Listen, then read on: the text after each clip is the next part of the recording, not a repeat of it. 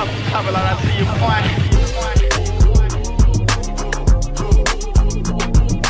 Welcome to another episode. I am Dee, and this is the Sussex Set. Welcome back to the podcast, guys. I hope life is good, as always. I've been out here grinding, so pardon my absence, but I'm sure you can understand. Life gets hectic sometimes, but you know the girl always comes back. But man, there's been a lot that's been going on since the last episode. But why don't we start with the most important news about our girl, Meghan Markle, the Duchess of Sussex. Shining, shining, shining, shining, yeah, shining, yeah, all it is winning. She won. Sis won. She won her case, and we knew that victory was overdue, but it's nice that it's brought to a conclusion. Now, for those of you who may not know what the case was all about, why she was suing the Mail on Sunday and the Associated Newspapers, let me just briefly give you the background. Okay, so Meghan, before she became the Duchess of Sussex, wrote a letter to her dad, Thomas Markle. And the contents of the letter are actually irrelevant. But Thomas decided that he would go ahead and leak that letter to the Daily Mail, specifically the Mail on Sunday, which is a different publication all under the Associated Newspapers, who is the entity that Meghan was suing. This is all in 2019. The Mail on Sunday published the letter in 2019. Meghan was still pregnant. Well, in October of 2019, you may recall, or you may not, maybe this is your first ever Meghan, Duchess of Sussex video on YouTube. During the Africa tour in October of 2019, Harry announced on like the second to last day of the tour, announced that his wife, the Duchess of Sussex, would be suing the Mail on Sunday and the Associated Newspapers behind that letter. The reason being that when the Mail on Sunday decided to publish that letter in articles on their websites, in their newspapers, that they violated Meghan's privacy under UK's copyright law. Precisely because it was a private letter that she did not give permission to be made public. Even if the letter was addressed to someone else and someone else was in possession of that letter, she is the author of the letter, a handwritten letter. So from 2019 until now, this case has gone on. Now, during that time, the Sussexes moved away. They left England. They now reside on the west coast of the United States. And they became even larger global figures. They were already global figures. During that time, they became even more influential. And toward the end of 2020, there was talk of Meghan having to fly back to the UK to testify during the trial because the trial was originally set for January. But then she filed a motion to get the trial delayed for personal reasons, and the judge in the case agreed. But during that time, she also petitioned for a summary judgment to close out the case, to avoid trial, and to put the whole thing behind her because her legal team felt that the Associated Newspapers didn't even have a strong enough case to win, and going to trial was going to be an unnecessary exercise for everybody involved, including Meghan. And so that brings us to where we are now. The judge agreed. She won the summary judgment, and Meghan's case is effectively made. And the damages in the case, because there are still damages, could be extensive because the Associated Newspapers may have to turn over all profits that were gained as a result of the stories that they ran about Meghan's letter to her father. And if you remember around that time, they ran the letter and they were running a bunch of different articles about the letter. They were all false. And then day after day after day, new articles just kept cropping up because they were getting the clicks. This was the beginning of people just loving to hate Meghan. They were getting all the clicks, all the profits. I mean, and this is when they thought the profits were just going to keep pouring in. But it turns out, with respect to the articles about that letter, they may have to turn them all over to Meghan. And she can do exactly what she wants to do with them. Now, in the beginning, which I don't think that this has changed, but she said that she was going to donate them to anti-bullying organizations and charities, which is perfect because they bullied that woman. Now, Prince Harry just won a lawsuit against the Daily Mail and the Mail on Sunday. And his lawsuit against them was in response to their false reporting that he had, quote, turned his back on the military. So there were 2 articles published that allege Prince Harry had not been in touch with the Royal Marines, and this is after stepping down as a senior royal. And Harry's lawyer called the accusations, quote, baseless, false, and defamatory, which they were. See, because you shouldn't be able to get away with telling lies on people. Because the Daily Mail claimed that Harry had not been in touch by phone or by email or by letter. In none of the ways. They said the boy just wasn't in touch. And they are creating this idea, this narrative that, hey, Harry's out of the royal family. He's out of England. He doesn't care about you guys anymore, military. You see what kind of a patron you had? You see what kind of a captain you had? He doesn't really care about you guys. All he cares about is that woman he married. That's the narrative they were trying to create. So they said he hadn't been in touch since his last appearance. And you may remember that was a part of the Sussex farewell tour where Meghan wore that beautiful red dress with the cape to match Harry in his, red coat with his formal uniform on. They looked amazing. But what they said was a lie. And just about everything they've printed about Harry and Meghan up to this point has been a lie. But this is what the tabloids do. They print lies every day and hope that they can get away with printing a small correction later when nobody is looking. Because their goal isn't to actually tell the truth. It is to take Harry and Meghan down. That was the goal. That's what the goal of all of those articles together. And not just the Daily Mail, but all of the tabloids, because they all basically parroted themselves. So while one article that was negative about Harry or Meghan didn't really do much damage, people could just dismiss it. What Sussex Squad did, which is why I love their fans, is they realized what was happening. And when it was all said and done, as presented in Meghan's case, literally hundreds of thousands of articles were written about Meghan. Now, that's not to say that they were all negative, but a good percentage of them was. And it was all to spin this narrative about her. It was all to spin this narrative then about not just her, but now her and Harry and how they're acting. As if to say, see, these are the ones that we're not supposed to like. And they were literally trying to turn people against them. Article after article after article. And for people who don't really look at the details, for people who don't really follow what Meghan has gone through and pretty much the effort against them, in passing, they're going to see one article, then they're going to see another article, then they're going to see another article that puts a negative spin on them. And if you know little to nothing about either of them and everything you see about them is negative, then that influences how you perceive them as a person. When truly you don't know anything. You know less than nothing because everything you know is a lie, right? But that was the goal. It was a machine of lies. A well-financed beast of a machine that did nothing but churn out lie after lie after lie. And not only that, but with the cooperation, I believe, of palace staff and possibly the royal family. But at this point in the game, the tabloids have some catching up to do because they're not used to being sued by members of the royal family. Not at this level. And Harry and Meghan have been unrelenting with their lawsuits. You hear me? It's not I'm going to sue you and then drop the lawsuit.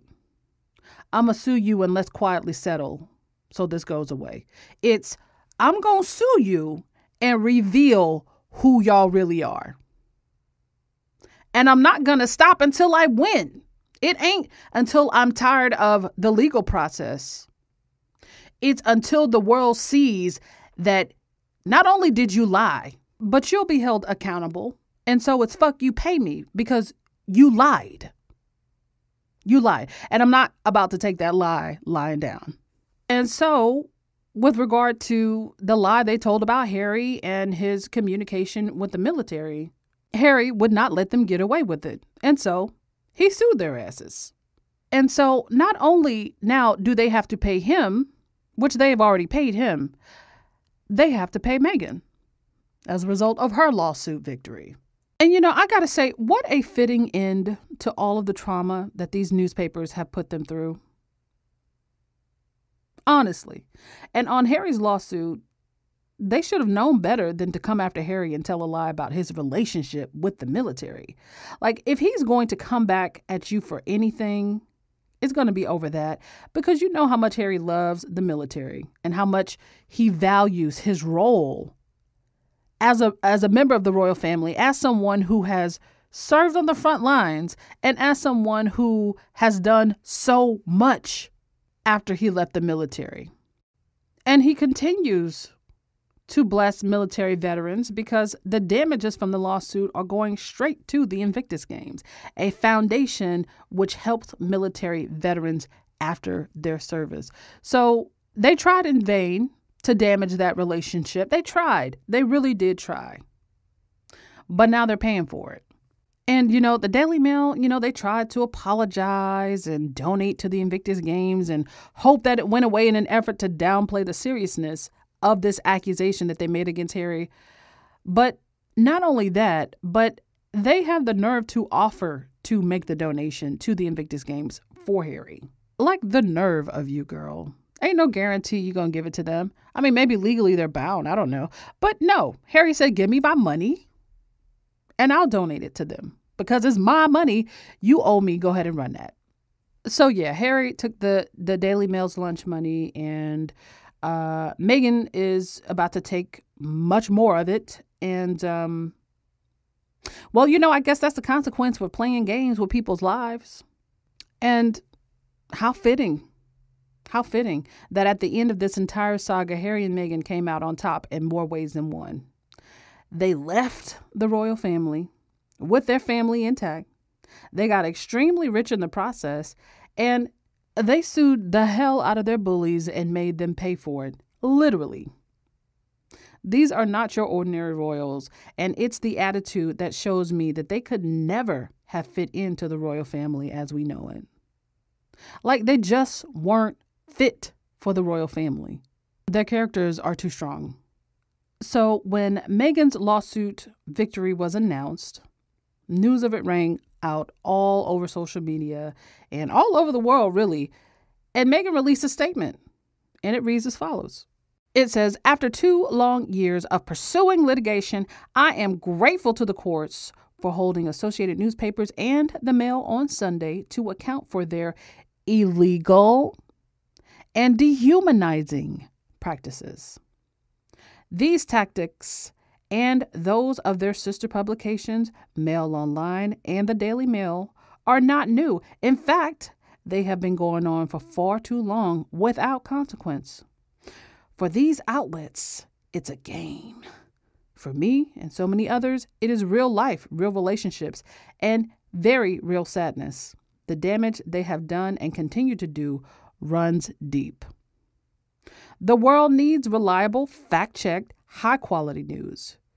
What the Mail on Sunday and its partner publications do is the opposite.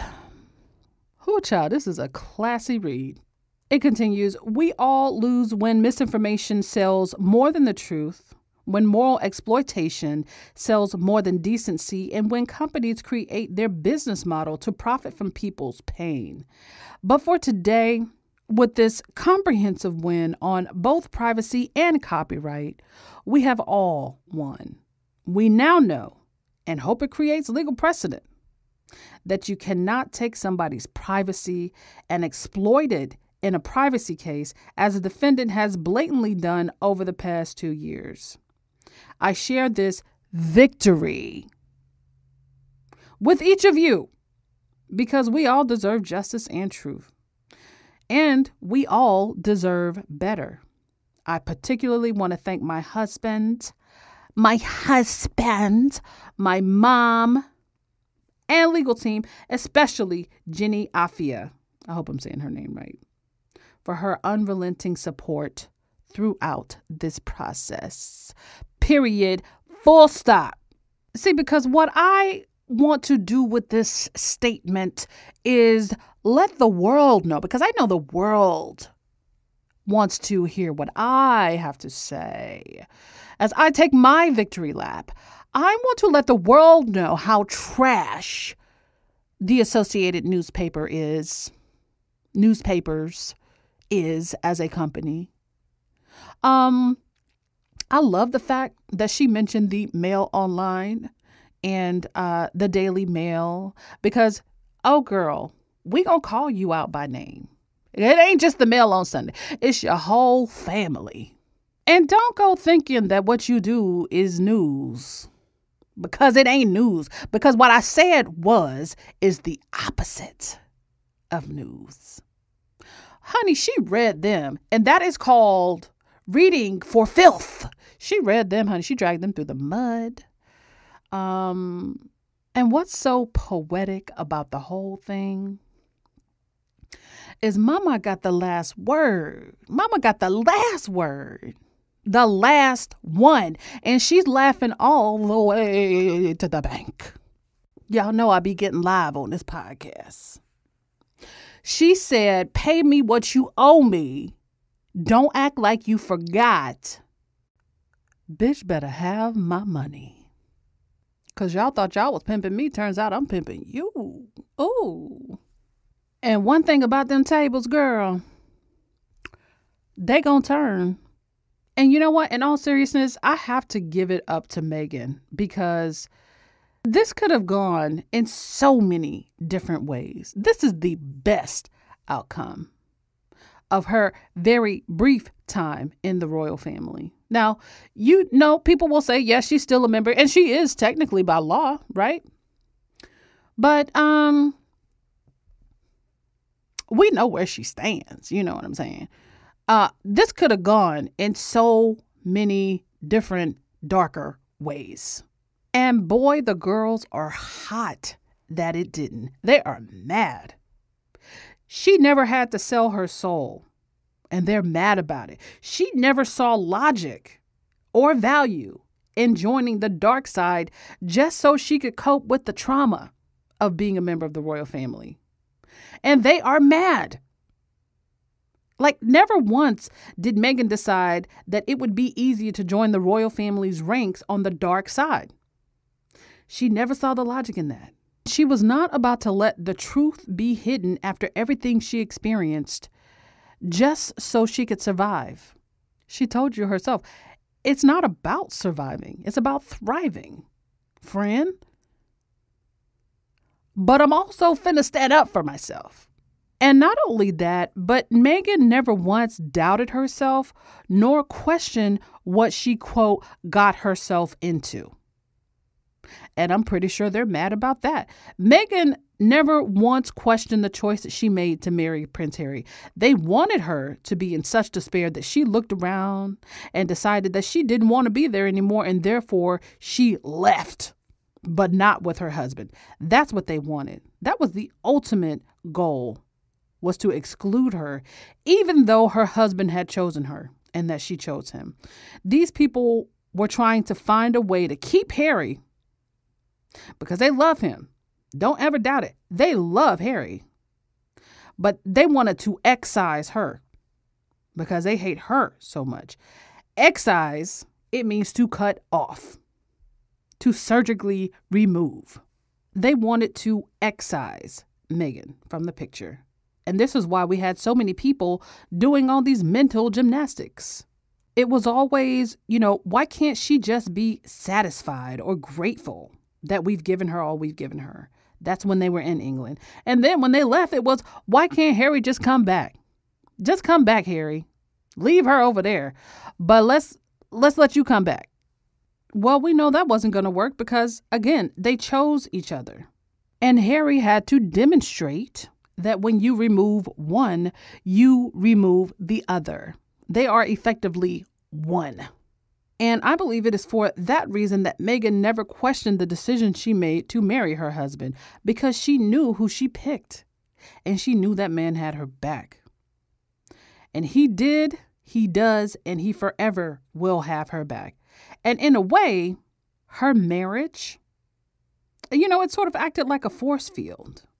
A force field of love. Just like she said in that podcast, love always wins. And I feel that this is what she was talking about. And I'm sure she had some very dark days, but at the end of the day, she was protected by that love. And that is a beautiful thing. It's probably why people felt that they could throw everything but the kitchen sink at her, because they knew she was protected by that love. They knew she was protected by her man. And I think it's this at the heart of the jealousy that people have of Meghan. They were mad about it. Meghan never lost sight of the bigger picture. And even though she could have, Meghan never played dirty, even though people were playing dirty against her. Really, they were playing dirty against her from the start. And if you really want to be honest, from before the start. Meghan never turned bitter, even though she had plenty of reason to. Meghan never let her light dim, even though her entire existence in the royal family was encased in darkness. She never once let them win. And I'm sure she decided, maybe even before she got married, but certainly at the beginning of her marriage, she decided that no matter what, she would always be satisfied with the reflection in the mirror. Now that takes courage. But sis has a very solid moral center, and it is the reason she doesn't fit in with that crowd. And to be honest, it's the reason Harry doesn't fit in with that crowd. Because the fact remains that at the first opportunity, he bounced. And he didn't think twice about extracting not only himself, but his entire family. And I believe that as for Meghan, in the midst of her pain, that the ultimate silver lining would be that she would have a story to tell. And just by the way she carried herself through this storm, this very personal storm that everybody is watching just because she is who she is, through that pain, there would be a lesson on how to stand up for yourself and not lose yourself, even though that is the tempting and maybe even the easiest thing to do. And the lesson being that no matter what you're going through, you have it in you to fight and to win. And not only will you not lose yourself, but you will know yourself better in the midst of the storm. You will be fortified in the midst of the storm, because you will know that no matter how dark the clouds are, that there is light on the other side of those clouds. You don't have to see the light to know that it's there. All you got to do is find a way to step into it. And when you remember that, no matter what you're going through, in the end, you will always emerge victorious. And that's exactly what she did. That comes from having a strong upbringing. Do you hear? That comes from having a strong character about yourself. And you don't get that overnight. And I also believe that at some point in Meghan's pregnancy, she decided that this was just not going to work out, her being a royal in the royal family and the way that she was being a royal. Now, in the timeline, I don't know whether it was before or after the Mail on Sunday published the letter, but I know it was shortly after the Oceania tour. Because if you remember, the Oceania tour was wildly successful. It was the most successful tour that the royal family had had in years. And it was the tour that the royal family realized that Harry and Meghan as a couple were indeed a power couple. And they were the power couple of the royal family. And they, the royal family, were in danger of being eclipsed because nobody cared about anybody else unless their names were Harry and Meghan. And then after the tour was over, the British press and the British tabloids, they zeroed in on Meghan in particular. But Harry and Meghan, sure. But for the longest time, it was just Meghan. They zeroed in on her. And they decided that they were going to make this woman's life a living hell. Do I believe the royal family had a hand in that? I think the answer is obvious. And that's why I think they're breathing a sigh of relief that this Meghan lawsuit is over, because they were about to be exposed. That's my belief. But some point after that tour, Meghan had to have looked around and decided that this is not her life. This is not the life she's going to live for the rest of her days. And while it may look glamorous and great from the outside looking in, this was not the culmination of anything that she had done prior to being a member of the royal family. And add to that the fact that Harry had for years said that he dreamed of a life outside of the royal family. And then on top of that, she was pregnant with her son, and they were just not letting up on her. In essence, bullying a pregnant woman for profit and for cover, right? I believe of the rest of the royals. She was their shield. And I think that is when they began to really hatch their plan and put it into action. Nobody deserves the treatment that she got in 2019. Like, think about it. She was brand new to the royal family, right? They were dating in 2016, engaged in 2017, late 2017. Between getting engaged and getting married in May of 2018, I'm sure this was just, sort of an introductory period. I don't really know a whole lot about what occurred during that phase, but I know during the engagement interview, at least up to November of 2017, Meghan had talked about how people were showing her around. I mean, like, what was she supposed to say? But I'm sure there was some sort of introductory period to being a member of the royal family. But then there was a short honeymoon phase after they got married. So from like May of 2018 to the Oceania tour of October of 2018, that was when they announced that they were pregnant with Archie. And then that was it. That was it. Right? So from that point up until she left the royal family, so the entirety of 2019, she was a punching bag. The environment was so toxic, like it had to have been. I mean, even during that time, they decided, look, Kensington Palace, it ain't the place for us. And we could see even with the revelations of the Palace 4, and not to say that everyone who was included in that title named the Palace 4 were against Meghan, because, at least one of those people, Sarah Latham, was Meghan's chief of staff, as it were. So, but this idea that those people would be called to trial and to testify, that was going to reveal a lot about what was really going on behind the scenes. But we saw that Harry and Meghan decided that they had to get away. They had to distance themselves. They had to create their own offices, which they did, because something wasn't right. Something wasn't right. Now, I'm sure Harry and Meghan wanted to do their thing, but for people like them, they should be able to sort of have their own umbrella. But even then, it was untenable. And then you saw how the haters began to react, and how that played into a lot of what the tabloid media was writing. When the Sovereign Grant happened and the renovations for Frogmore, like, that was a story for a solid 2 weeks, to the point that they ended up having to pay it back. You don't have anybody else paying it back. And now you got Eugenie living there for free. You know what I'm saying? And nothing against her, but like literally all the rest of them live for free. Why is it that Harry and Meghan are the only ones having to pay it back? So that's the type of environment that they had to leave. They had to leave.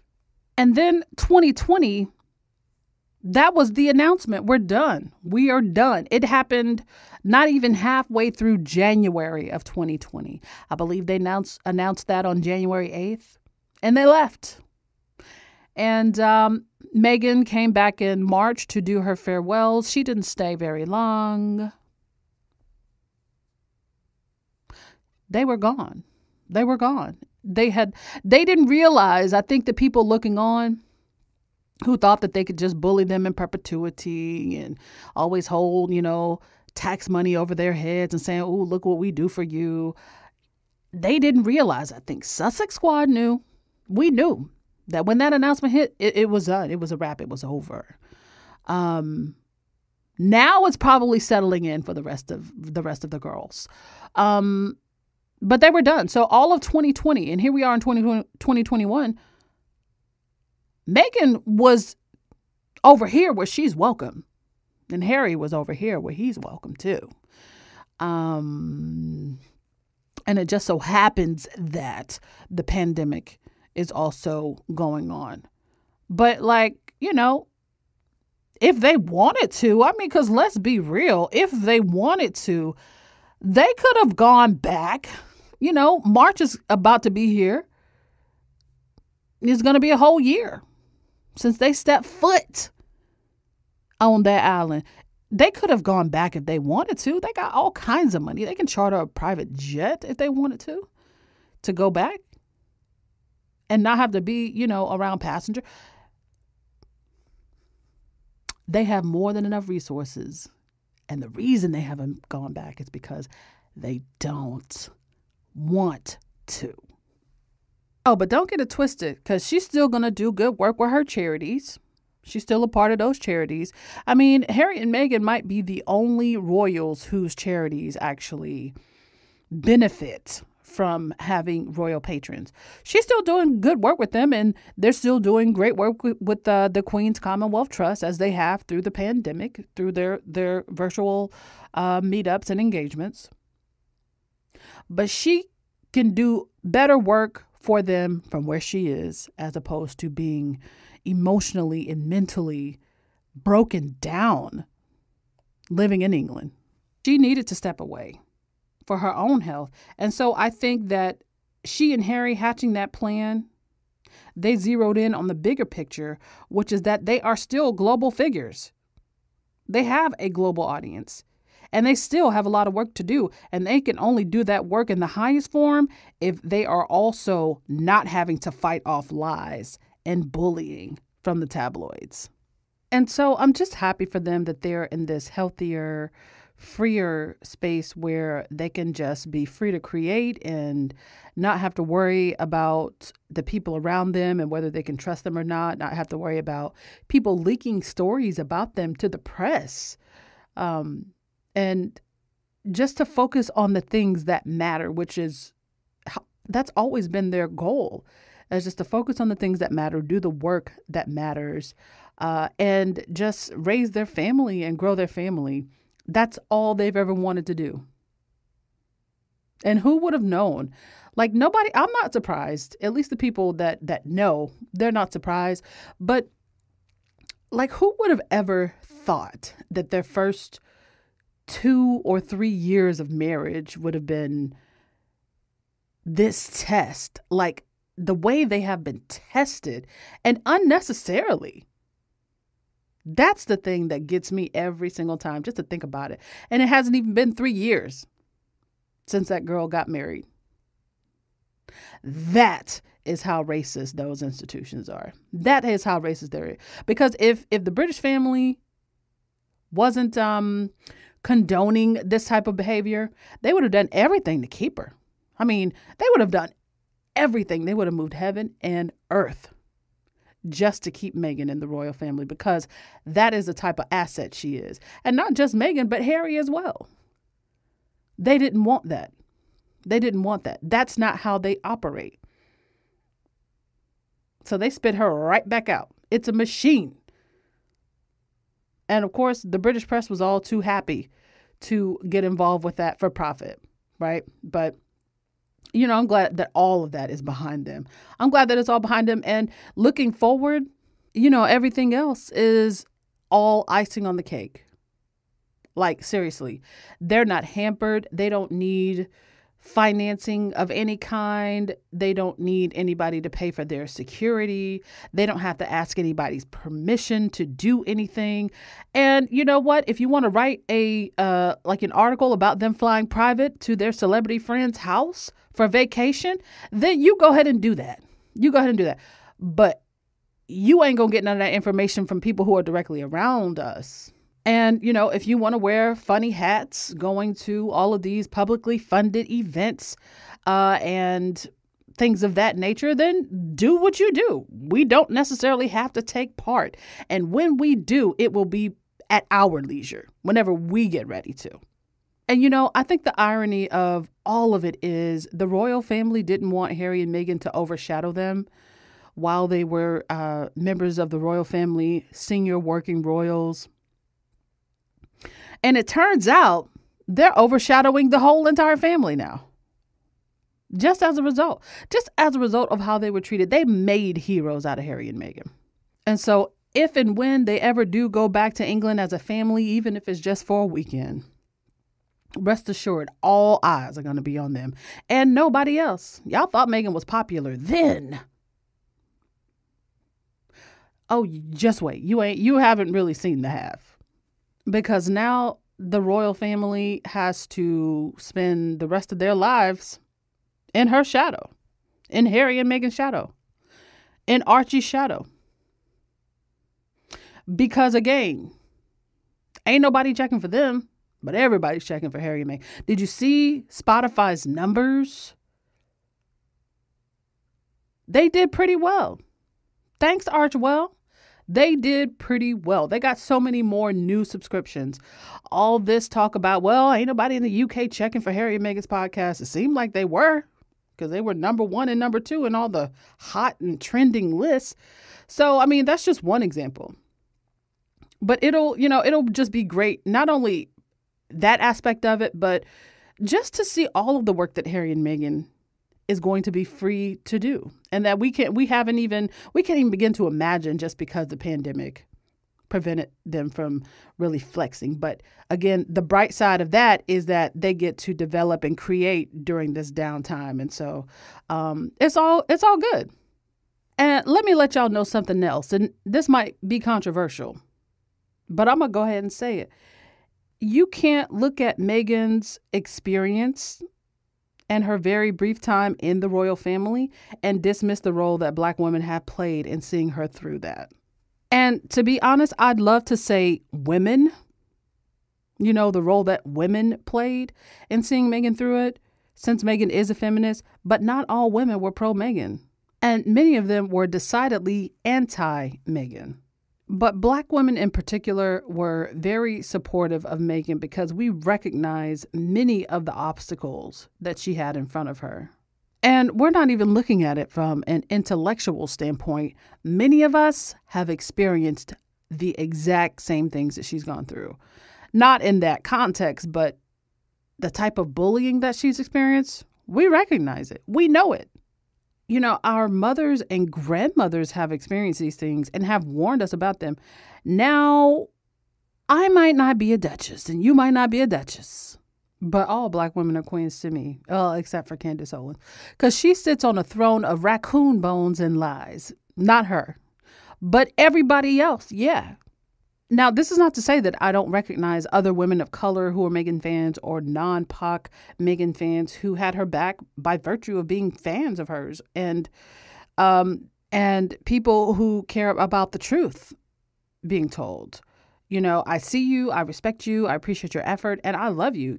Thank you for taking part in that. And I don't say any of this to be divisive. Sussex Squad is Sussex Squad. And yeah, Meghan was bullied in part because she is a woman. There is that. It's called misogyny. But it was her race that the tabloids could not ignore, right? So Harry read them in 2016 about their racist treatment of his then girlfriend. And so over the course of Meghan's time in the royal family, Black women peep game as we do. And we begin to call out all the people who made money just by telling lies on this woman. And we picked out many, many instances of racist reporting long before other people decided to speak up. We made Sussex Squad known to people like the blue checks. But this isn't just about Sussex Squad per se. This is about all the Black women all over the world not letting British tabloids run away with the truth about this woman until it became what we now know as the Sussex Squad. And at no point During Meghan's experience, did Black women abandon her? And I think that is why the royal reporters hate us. Because they, along with the rest of the world, hate Black women. And they hate us for how much we love ourselves. And, they can never figure out why we won't just slunk away in defeat. They don't know why we won't just die. Just die already. They can't figure it out. See, because if they had to go through some of the things that we go through on a regular basis and throughout history, they know that they would not have survived. They wouldn't be able to cope. And now that I think about it, maybe that's why white society piles on Black women or Black people in general. Because the data shows that even in the medical establishment, they don't think we feel pain or we feel pain differently from them, right? That we feel less pain. How inhumane. How inhumane. Some people don't even realize they're racist. But when you pile on, I guess they just felt that Meghan didn't feel any pain. None whatsoever. You could do anything to her. Poke, prod, insult, demean, lie on, silence. That's why Black women have to be so resilient and ready to adapt to any situation, because it's about survival. But one thing I know about Black women is we're not just resilient. We're intelligent. We are hella organized, and we ride for each other. And you know what else? We're also not afraid of a bully. And when something doesn't go our way, what we do? We pick it up and we keep on moving. We don't fold like a quote unquote Karen would. And why is that? Because we can't afford to. And unlike white women, and it has to be said, unlike white women, we saw this a lot with Kate. We know that the cavalry ain't riding in on their horses to rescue us. A Black woman's strength, this idea of a strong Black woman, that's not something that she is born with. It's developed over a lifetime because it is how she survives.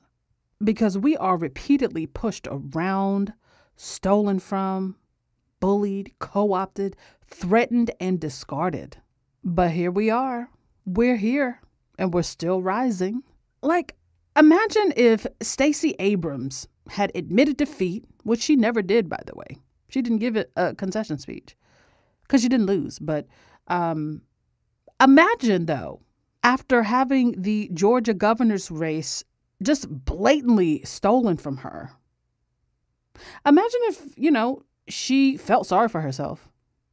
She didn't. What did she do, though? She went right back to work. She and LaTosha Brown and many other nameless, faceless Black women canvassing neighborhoods in battleground states. And because of them, we still have a democracy in the United States of America. Black women's dogged refusal to be defeated is what saved this nation. And that has implications for everybody who can hear the sound of my voice, no matter where you are. Right? So as it relates to Meghan, we saw and felt what few others did, which is that they were targeting Meghan in the way they were simply because they don't find her deserving of the space that she occupied because she has Black blood. And so it was Black women who countered false tweets and narratives with demands that they be substantiated or deleted. Period. Black women who dared identify her treatment as racist in the first place. We set up alternative platforms that could counter racist narratives against Meghan and kept the truth in the mix the whole time.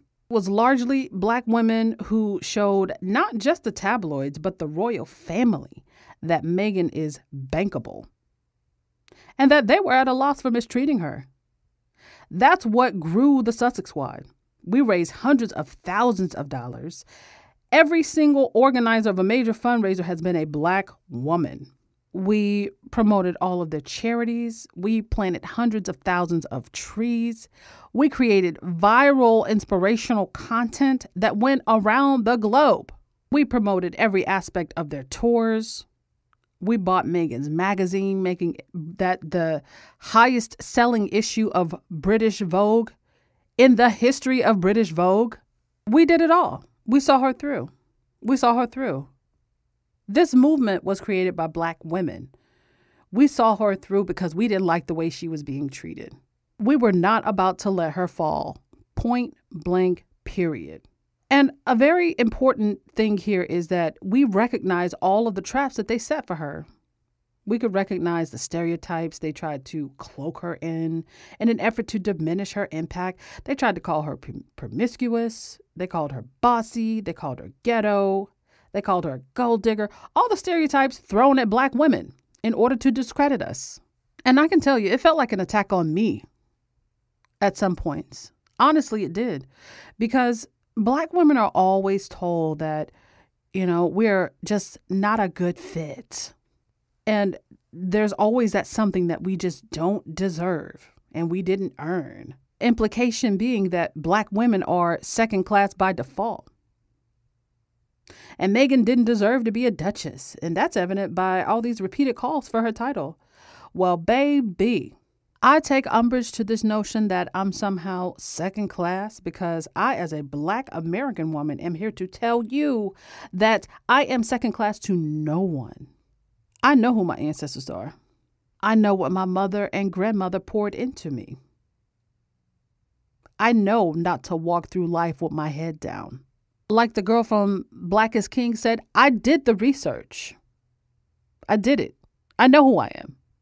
So no, we are not about to let the girls get away with saying Meghan doesn't deserve. Just like we're not about to let them get away with saying Meghan targeted Harry when it was Kate that targeted William. Just speaking the facts. We're not going to let them get away with saying Kate should be applauded for mumbling a speech of index cards when Meghan just gave a whole impressive speech about the importance of girls' education. We're not finna let you do that. Just like we are not about to let y'all get away with calling Kate angelic in an off-the-shoulder gown while y'all call Meghan vulgar. Not on this here watch. Kate's whiteness was used as a weapon against Meghan, as if to say, see, look, little Black girl, you're not this. You'll never be this. Forget that she's not intelligent or hardworking. She's white. And whiteness is what matters most. That was the ultimate message. And Kate missed a golden opportunity to reject that message and stand shoulder to shoulder with another woman in distress. We're not even here to down Kate, but we are here to defend Meghan. Not because Meghan can do no wrong, but because she didn't do anything wrong in the first place. But she was still victimized and silenced on top of it. So we had to be her voice to some extent. And so I hope that in their new journey, in this new phase of their lives, they always reserve a space for Black women specifically in whatever ways. And so far, they seem to be doing that. And if that offends you, then oh well. Oh well. Do I sound like I care? Because I don't. And I'm always going to be a super fan. That's non-negotiable. But I just felt the need to say that, to go on the record and say that without Black women, in large part, driving, a counter narrative that other truth seekers could then hitch on to and do their own investigating for the truth and see that the Sussexes were indeed the ones done wrong here, then I don't know what their current situation would be right now. I think they would be okay ultimately, but I hope through our efforts that they got the courage that they needed to step out on faith, even if they felt like they weren't quite ready. And so, with that is pretty much all I have for today. Yes, I have to end the episode right here. I know there's so many things I haven't talked about. I haven't talked about, the palace's effort to erase a Black woman. That's another thing Black women always have to deal with is erasure. Erase this woman from her child's birth certificate. I didn't even get a chance to talk about that, but I am. Make no mistake. I didn't get to talk about, not in depth, about Harry's lawsuit or his Fast Company article or like William's strange attempt to now try to come off as like intolerant of racism. Girl, who do you think you're kidding? But I will say this on that vein, not exactly talking about Will, because I'm gonna talk about that too. Mark my words. there are going to be a few people who were Meghan's biggest haters during the whole entire ordeal.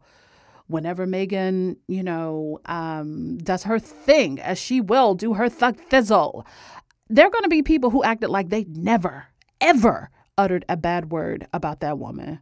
Trust and believe. They're going to be people who, want to be seen as so tolerant. And because Meghan has already established herself as somebody who is going to do exactly what she wants to do. And ain't nobody going to stop her. Right.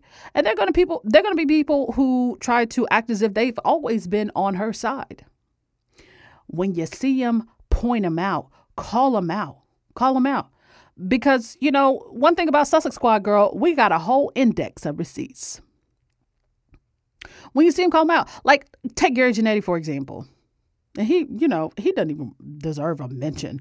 But like before Meghan, and I said this on my podcast, if you scroll all the way back before Meghan even became the Duchess of Sussex, this man was posting nothing but like white cards of like quotes and just corny stuff. Just, words, text. Well, that's what he's back to posting. He got up like 1 million followers by bashing Meghan, by bashing this woman day in and day out. He helped contribute to the narrative, the false narrative about her.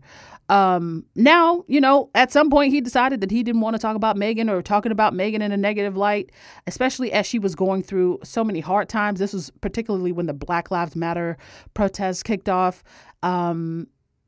He decided to no longer really even mention Meghan. And I guess he doesn't have anything else to talk about.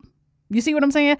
That type of shit. So there are going to be people who acted like they never bashed Meghan. And that's not to say that you can't, criticize people. I have always said on this podcast, Harry and Meghan are not above criticism. But that being said, it needs to be substantiated. It needs to have merit, right? Otherwise, you're just being a bully. There are going to be people who act like they never bullied them. Oh, and I can't wait to call them out. And so I hope you do too. So with that, if you enjoyed this podcast, please make sure to leave a review and a rating on iTunes. It's greatly appreciated. It helps the podcast. And of course, you can find me on Twitter at Meghan Mood, on Instagram at Sussexes. You can also join me at Patreon. Find me at Sussexes, as well as joining the channel. Those of you, again, if you haven't sent me your addresses, please do send me your address so I can send out your mug. I have 20 going out tomorrow. The mugs were a little bit late getting to me. I wanted to at least start shipping them in January, but I didn't get them until like February 5th. So sorry about that. But yeah, they're really cute. And I think you guys are really going to like those. So definitely, if you're a part of the channel and you're part of Patreon, please send me your address because I want to make sure that you get one. So thank you as always for tuning in. You guys are dope. And don't you ever let nobody dim your shine. So until next time, peace. I'm a bad bitch. You can't kill me.